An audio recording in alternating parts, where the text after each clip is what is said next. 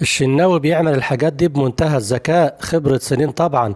لعيب الجونة لعب الكرة فهو راح ضربه بكف ايده على رجله، فاللعيب يا عيني اتلوح اللوحة دي ووقع بالطريقة دي. طبعا محدش يقول لي سيميليشن، لو سيميليشن كان وقع على وشه وكان الحكم اداله انذار طبعا، لكن الحكم عارف انها ضربة جزاء والفار عارف انها ضربة جزاء ومصر كلها عارفة انها ضربة جزاء. دي التانية، الكرة نزلت على ايد لاعب الاهلي والكوع بتاعه في وش لاعب الجونة. فاكرين ماتش بيراميدز السنة اللي فاتت في كرة مشتركة زي دي في نص الملعب؟ لاعب بيراميدز انطرد يا عيني وقال لك ضربه بالكوع.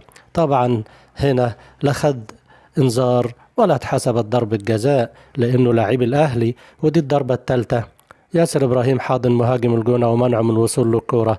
ضربة جزاء دي ولا مش ضربة جزاء يا متعلمين يا بتوع المدارس؟ ده اللي من داخل المنطقة، اللي من خارج المنطقة الكرة واضحة هي نازلة على ايد ديانج ساندها بايده مش بصدره، ومحدش يقول لي بصدره، انتوا صايمين يا جماعة.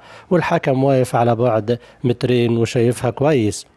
وديت امام عاشور دفع واضح بايده الشمال في ظهر لعيب الجونة ووقع وقع يا عيني، صعب على مصر كلها الا حامل الراية اللي واقف على بعد متر، لا رفع رايته ولا الحكم اداها فاول ومشى اللعب. طبعا لو اي واحدة من دول الاهلي كان الحكم بكل سعادة وفرحة وسرور حسب ضربة جزاء للاهلي او حسب فاول او لمسة يد وادى لعيب الجونة انذار، والحكم طبعا مش هيتأخر ويرفع رايته بسرعة ويطالب الحكم ويزعق له ويقول لي دي فاول.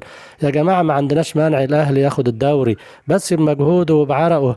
يا ترى هنشوف الاخطاء ديت في ماتش سموحة الليلة دي ولا هنشوف عدالة تحكيمية؟ كل دوري وانتوا طيبين، ويا جماعة انتوا صايمين.